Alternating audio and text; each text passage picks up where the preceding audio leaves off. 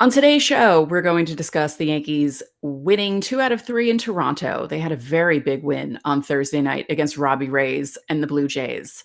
The fact that it was Robbie Ray is what makes it a big win. We'll talk about all the home runs and all that good stuff that happened at Rogers Center.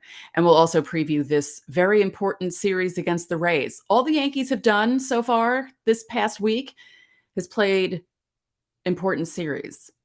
They got themselves to this position, but they have another one. The Rays may not have to play for anything right now, but the Yankees are playing for everything. So here we go.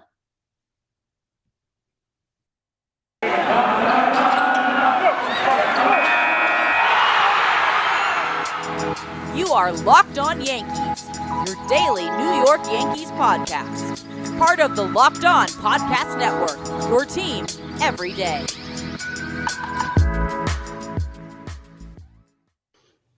Hello, everyone. This is Stacey Gotsoulias, the host of Locked On Yankees. It's October 1st. We've made it to October. I can't believe it. And the Yankees finished off, well, not finished off, not yet. It's not the end of the season, but they won 2 out of 3 in Toronto. And let me tell you, I'm excited.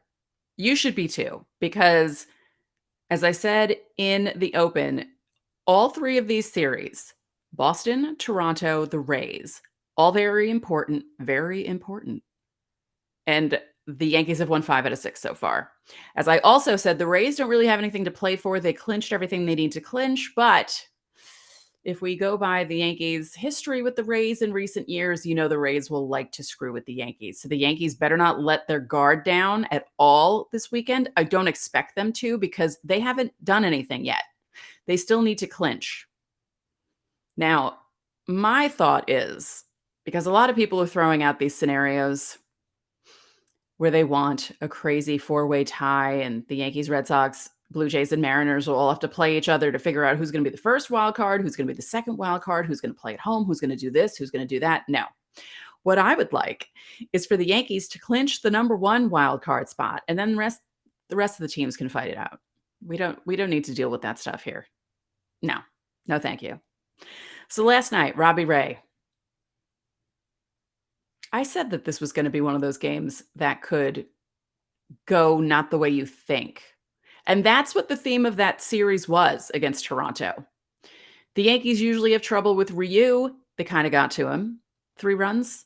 That's getting to him, I guess. Yeah, and 4, right? It was 4 1/3. So yeah, they got to him. Then Garrett Cole has trouble on Wednesday, the ace, and the Blue Jays win.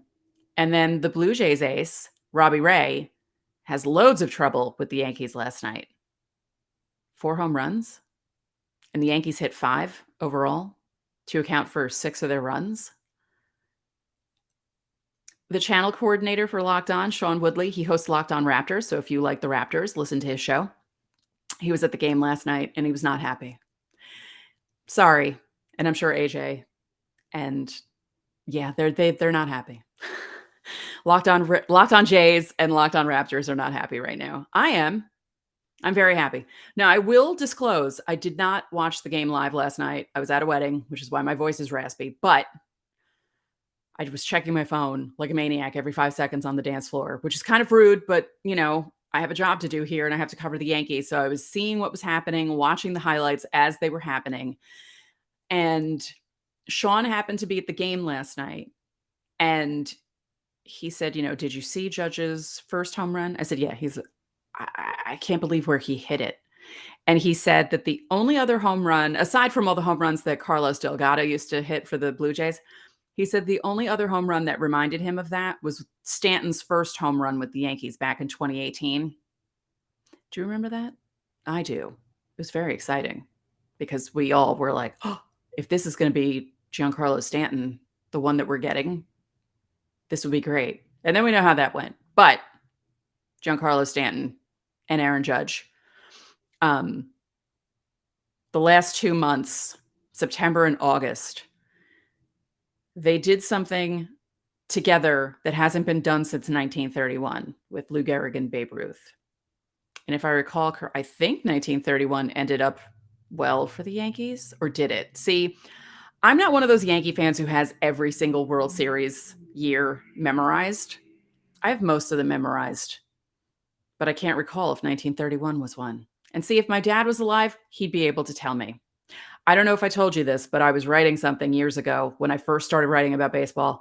I wanted to see how many of my family members were born during a Yankees World Series winning year. And I didn't tell my dad this. All I did was ask, Dad, what year was Antina born? 1939. Yankees won the World Series. So anyway. So yeah, Judge and Stanton. The Yankees are lucky to have them. And as I said the other day, if you boo Giancarlo Stanton at all this series, he can have an offer for the entire series. If I hear booing, I'm going to be very angry with a lot of you, so don't do it. Okay. So last night, Robbie Ray, in his tight pants and his eastbound and down looking hair. I mean, I know baseball players can be weird. You know, some of them have the beards down to here, others have strange hair, but he just looks ridiculous. The pants are funny to me. You know, Joey Gallo wears tight pants too, but I don't know. Something about Robbie Ray it was cracking me up last night. And yeah, as I said, this was going to be one of those games that could go either way, but I had a feeling that the Yankees could get to Ray, and they did. 4 home runs, 2 from Judge, 1 from Rizzo, 1 from Gleyber. I think Gleyber was the only one that had a runner on base. Stanton had walked ahead of him. Everyone else was a solo home run. Rizzo's, and this is another thing from last night. Rizzo's home run was his 250th career home run, and Garrett Cole knew this right away and asked for the ball so he could have the ball for Rizzo. I know I was bagging on Cole the other day and angry that he didn't pitch well on Wednesday night. Now, to be fair, I did record that show right after the game, and I was a little spicy and pissy and not happy with him, but he's a good teammate. How many other guys on that bench knew that it was Rizzo's 250th home run? He knew it right away. He pointed to the outfield, was like, bring the ball back in. We need it for him. I just thought that was so cool. So for as much as I was upset at Garrett Cole for the other night, I do mention the fact that he seems like a really cool teammate, and that was a cool thing for him to do. You know what else is cool? What a segue. Built Bar. Built Bar has so many delicious flavors that there's something for everyone. And when you talk to a Built Bar fan, they're definitely passionate about their favorites. If you don't know the flavors, you're missing out. There's coconut, cherry barcia. That's the favorite of Jason Burke of Locked On A's. Raspberry, mint brownie. Bryce Paterick and I like that. He's of Locked On Rangers. Double chocolate, salted caramel, strawberry, orange, cookies and cream, German chocolate. Built Bars are not only the best tasting protein bar, but they're healthy for you. They're high in protein, low in calories, low in sugar, and they're just amazing. Built Bar is the official bar of the track and field team for USA. That's pretty cool. Go to Built.com and use our promo code LOCKED15 and you'll get 15% off your order. They have a mixed box. So if you haven't tried all the flavors, you get 2 of each of the 9. That equals 18 delicious bars for you. Try them out, figure out what your favorite is, and then order your favorite over and over like I do. Again, that's promo code LOCKED15 for 15% off at Built.com. Oh, yeah. I'm pleasantly surprised by how the Yankees have performed the last 6 games. Because as I said earlier, this was the test for them. As I keep saying, they did it to themselves. They had all those awful losses. I don't need to name them again. You all know which ones they are. The ones the bullpen blew, specifically Chapman, Chad Green, those games in Boston in July, the game against the Angels in late June, game against the Mets in July, Astros, those games, all the games that they lost to the Orioles. They had no business losing to the Orioles. By the way, Orioles, good job beating the Red Sox. This is setting up that possible 3-way tie for the second wild card, which is the scenario I want. Again, do not want the Yankees involved in this at all. I want the Yankees sitting and waiting for their opponent and laughing at the other teams having to play each other. That's what I would like. So good job by the Orioles beating the Red Sox. They beat Chris Sale the other night, or at least they won the game that Chris Sale was pitching. So, yeah. I know other people in baseball, other fans of baseball would love for this 4-game tie or 4-team tie scenario. No. On a normal year, I would if it was another wild card race, but the West is wrapped up. The Dodgers are ahead of the Cardinals for the second spot. The Cardinals finally lost. They finally lost. Which I guess, you know what? That's better for them. Because could you imagine if the Cardinals went into the wild card game on this tremendous streak and then lost after all that? After pulling ahead of all those other teams to take the second wild card and then losing in the game? Yeah, that wouldn't be fun. So I want the Yankees at home for the wild card game. I don't want any shenanigans. I don't want any doubts that they're going to be the ones at home in the number 1 spot in the wild card. I want them hosting it. I'm still not sure who I really want the opponent to be. I'm scared of the Mariners because they're just on a roll. And they have guys who can turn on the ball and, hit a late inning home run and kill our dreams. Mitch Haniger, mainly. A lot of those guys like hitting home runs, though. The Red Sox, I feel like if I say this, it could be bad, but I feel like the Yankees are better matched against the Red Sox right now. And the tables have turned. How the turns have tabled. Yeah. I feel like the Yankees could beat the Red Sox in a wild card game. I know it would be nerve-wracking for all of us, but I feel that matchup is better. Do I think they can beat Toronto? Yes. But there's also the chance that Toronto could score 10 runs against them in the wild card game and embarrass them as well. I don't see Boston doing that. I could see the Mariners doing something similar to that, like scoring 5, and I don't know. I still can't decide who I would rather the Yankees face. But as long as the Yankees are facing them at home, they have a better chance of winning that wild card game. Now, the Rays have everything wrapped up. They clinched home field advantage, I believe, through the playoffs, right? No matter where they go until the World Series. They won, was it 2 out of 3 against the Astros to do that? They're coming to New York. I can't believe I'm saying this. I almost wish the Yankees were playing at the Trop. I feel like when the Yankees' backs are against the wall and they're at home, at least this season, it doesn't feel like they're doing better. It almost feels like they have, even though you would think they have more pressure on the road and you have the fans booing you and, hating you. I feel like this team kind of thrives off that. Although Boston, I don't know. Stanton hit those 2 home runs in Boston. The 2 home runs that, he did hit a home run on Friday night, but the Saturday and Sunday ones, especially Saturday, the Grand Slam, it sounded like Fenway was full of Yankee fans. But I feel like this team kind of thrives off people hating them just a little bit. But I know some of the guys probably can't understand why people hate them. It's like they're not the big bad Yankees of yesteryear that were always winning. Even when people are like, oh, yeah, I'm rooting against the Yankees. It's like, root against the Red Sox. They're the ones who have won the most World Series this century so far. They're the number 1 team. Root against the Giants. They're on their way to another World Series. It'll be their 4th if they win, right? 2010, 2012, 2014, 2021. After not winning in how many years? Why is everyone always still against the Yankees? It's not the same.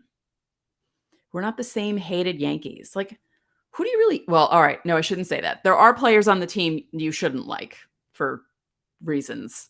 I won't get into them. But, I could see why people didn't like the 90s Yankees. No, you know what? I can't even see that either. Because there wasn't anyone on that team that was hateable either. Maybe people didn't like Jeter. Younger guys didn't like him because he was good looking and all the girls loved him. And then add to that, he was good at baseball. And I could see guys hating him for that. But who would you hate on the Yankees, especially offensively? Judge and Stanton are freaks of nature. And I feel like even though fans of other teams don't like the Yankees, they're still in awe of those guys. As I said earlier, Sean from Locked On Raptors was just like, Aaron Judge, man. Oh, you know? I mean, he is 6'7", 282. He's a freak of nature. And my goodness, I wish my dad was alive to see Aaron Judge. He missed him by 3 years. Even just for him to see, he knew about Giancarlo Stanton. Stanton's been playing a while. But just for him to see Stanton, Judge, Gallo in the outfield, 6'5", 6'7", 6'6", the big boy outfield, I just think my dad would get a kick out of that. I think that'd be awesome. My old school, Bronx-born dad who started going to Yankee Stadium in the late 40s with a school lunch. No, not a school lunch, a bag lunch for like a dime in the bleachers. Could you imagine?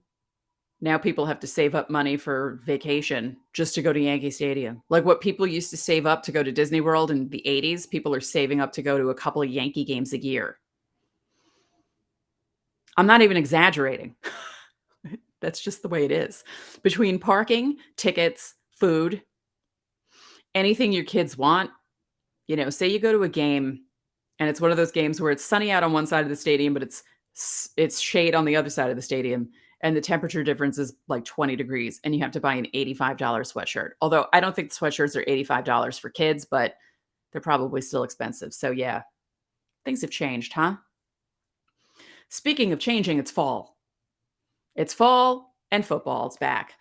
And BetOnline is back and better than ever. All eyes are on the gridiron as teams are back for another football season. As always, BetOnline is your number one spot for all the pro and college football action this season.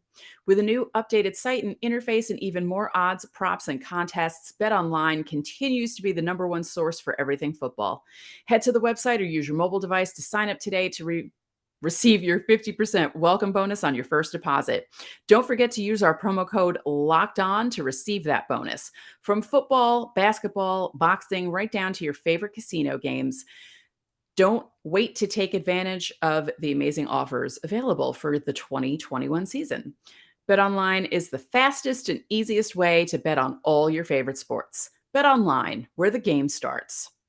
Hey, Yankee fans, this is Stacey Gotsoulias with an incredible app everyone who buys gas needs to know about, Get Upside. My listeners are making up to 25 cents for every gallon of gas every time they fill up. Just download the free Get Upside app in the App Store or Google Play right now. Use promo code BASEBALL and get a bonus 25 cents per gallon on your first fill up. That's up to 50 cents back. Don't pay full price at the pump anymore. Get cash back using Get Upside. Just download the app for free and use promo code BASEBALL to get up to 50 cents per gallon cash back on your first tank. Some people who drive a lot are making as much as $200 to $300 a month in cash back. And there's no catch. The cash back gets added right to your account. You can cash out at any time to your bank account, to PayPal, or an e-gift card for Amazon and other brands. Just download the free Get Upside app and use promo code BASEBALL to get up to 50 cents per gallon cash back on your first tank. That's code BASEBALL. That is pretty cool. I don't have a car and I don't drive, but given how far we drove to that wedding in Long Island yesterday and back, yeah, people would have made a lot of money. So do that. Sounds good. I just realized that I was going to do a preview for the series and I don't have my phone, so I don't have the stats here and I have no idea who's pitching. So I'm going to look that up right now. So how's everyone doing on Friday? Is everyone doing well? You should be doing well because the Yankees are doing well. And I have a good feeling about this series, although I hope I didn't just jinx them by saying it. Okay, tonight, 7:05 start. It is Shane Mcclanahan against Nestor Cortez. Nestor Cortez is 2-2 with a 2.85 ERA and 98 strikeouts.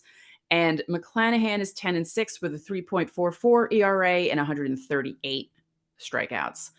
Now, the Yankees against Mcclanahan, Gleyber Torres in 5 at-bats is batting .600, and so is Gio Urshela. Now, Gio Urshela has a home run and 4 ribbies against Mcclanahan in those 5 at-bats. Small sample size, I know. And all of the Rays have small sample sizes against Nestor Cortez. The person who does the best, Yandy Diaz. It's 7 at-bats. He has a home run, 3 runs batted in, and he's batting .286. So not exactly killing Cortez, but there are some numbers there. And Let's see. Tomorrow's game is an afternoon game. Okay, good. So we're not going to be tortured by a Fox game. I know. I complain about it all the time. Someone got on me because I was complaining about Joe West and John Smoltz. Can you blame me? No. Oh, we get to see Shane Baz. That's the guy that the Rays got for basically nothing from, I believe, the Pirates. And, he's just come out and he's gone 2-0 with a 1.69 ERA and 14 strikeouts. Yeah. Obviously, none of the Yankees have faced him because they just called him up. So we'll see how the Yankees do against this guy that they've never seen, who throws really well. And, he's like the big name. Everyone was very excited that he was called up. And again, the Rays committed highway robbery to get him. I don't know why teams keep doing this. But anyway, Jordan Montgomery, 6-6 with a 3.49 ERA, 159 strikeouts. The Yankees, will they score for him? I don't know, because again, they're facing a guy they've never seen. As for the Rays against Montgomery does pretty good against Yandy Diaz. Now, Diaz has 3 runs batted in, but in 12 at-bats, he's only batting 167. So obviously a couple of those hits were big ones, but it's not as if he murders Jordan Montgomery. Manuel Margot, on the other hand, batting 357 and 14 at-bats with a home run and 3 runs batted in. Montgomery does okay against... Oh, this is interesting. Randy Arozarena is only batting 214 against Montgomery in 14 at-bats, but he has 2 home runs and 4 runs batted in. So that's a funny stat line. Let's hope Jordan can keep him off. Well, no, not off the bases. Can keep him from running around the bases. Now, Sunday's matchup, the Yankees don't have a starter. It's 3:05. It's the last day of the season. Most of the starts are 3:05. As far as I know, there are a bunch of them. So they want to get everything out of the way. So just in case things come down to the wire, they'll have matchups set up for the wild card or whatever needs to be done if there needs to be a play-in for the wild card. So as I kept mentioning earlier, let's not see the Yankees there. So to be determined for the Yankees, but Michael Wacha is pitching for the Rays. He's 3-5 with a 5.26 ERA. Again, that is a 3:05 start for that game. So this weekend's a big one. I kind of have a good feeling about it because the Yankees, they know that they need to win these games. They know that they needed to win in Boston. They won in Boston. They know that they needed to win most of the games in Toronto. They won 2 out of 3. And as a Meatloaf says, 2 out of 3 ain't bad. So it's been a good run so far for these 9 games. I said that they needed to win most of them, and they have so far. So let's hope that, they'll win tonight. Maybe they'll have some trouble against Baz, and then they'll win on Sunday, and things will be okay. Maybe it'll be a repeat of the Jays series with the sandwich, the winning sandwich around one losing game. I mean, a sweep would be great by the Yankees, but I think that's asking for too much. You never know. Maybe. So what's coming up? Locked On is having their playoff preview show. It's going to be a live show this weekend. So I'm going to be on. I think the Yankees need a combination of them winning and either the Red Sox and the Mariners to lose tonight in order to clinch just a spot in the playoffs. So if that happens, I will definitely be on the playoff preview show because the Yankees will be in. So hopefully before Sunday, that'll happen. We'll see. If you're not watching me on YouTube, I have 2 fingers. You know what? I have all my fingers crossed. And if you watched the HBO documentary 9 Innings from Ground Zero in 2004, you will recognize this move because this is what I did when I was describing Game 7 against the Diamondbacks when Mo had his meltdown, and my reaction to watching it and just being like, please don't screw this up. And then he screwed it up. Oh no. So wait a minute. All my fingers being crossed may have just jinxed the Yankees. All right, let's stop that. Oh boy. I don't know. sometimes I believe in jinxes and sometimes I don't. I feel like, we're getting into October and things are scary in October and anything can happen. And yeah, I feel like it could be bad. Oh, one note, Luke Voigt, inflammation in the knee that he had surgically repaired. And it looks like if the Yankees make it as far as the ALCS, he won't be back before that. So yeah, I was getting on Aaron Boone for not starting Voigt. Um, it felt like a punishment for him talking out or speaking out about his true feelings when the Yankees got Anthony Rizzo.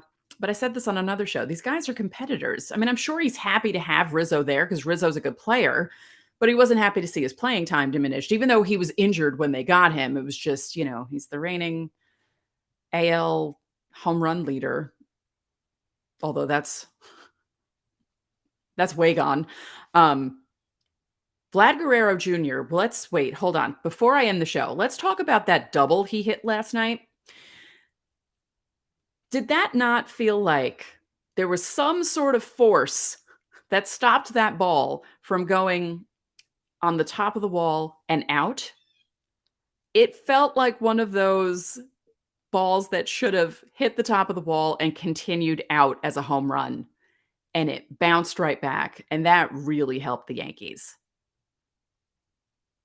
Yeah, that really 2-1 is definitely way different than 3-1. I mean, the Yankees could have hit all those home runs in the following inning anyway, because that happened in the bottom of the fifth. Blue Jays took the lead. I think it was George Springer was dancing in the dugout, and, Vlad was all excited about his double. And then the Yankees come up and kind of rip their hearts out in the bottom of the top of the sixth, knock Robbie Ray out. It's just, oh God, baseball can be so good. And the Yankees have had such good moments in the last week. And then you think of the other moments that they had throughout the season that made it necessary for them to have to win all these games. And you just think to yourself, why? Like, why couldn't they have been like this during some of those games that they lost earlier in the season? I don't know. Again, it feels like this team likes to play with their backs against the wall. And some of them have actually come out and said stuff like that. So they need to play this weekend like their backs are against the wall. So let's do that, boys. Do it. Sweep the Rays. So that's it for this episode of Locked On Yankees, which is part of the Locked On Podcast Network, your team every day. I'd like to remind you that you can listen to this show in Apple Podcasts, Google Podcasts, Odyssey, Spotify, Stitcher, or anywhere else you get your podcasts. And when you get into your car, you can tell your smart device to play podcast Locked On Bets. Betting on the Yankees doesn't have to be a guessing game if you listen to the new Locked On Bets podcast hosted by your boy Q and handicapping expert Lee Sterling. Get daily picks, blowout specials, wrong team favored picks, and Lee Sterling's lock of the day. Follow the Locked On Bets podcast, brought to you by betonline.ag, wherever you get podcasts. One more thing, if you could be so kind, please rate this podcast and spread the word about this podcast to your fellow Yankee fans. We would really appreciate it. Oh, no, not one more thing. Now, one more thing. Subscribe on YouTube, like, comment, do all that good stuff. So enjoy your weekend. Hopefully it'll be a good one for the Yankees. And tune into our playoff preview show on Sunday. And then I will talk to you all on Monday.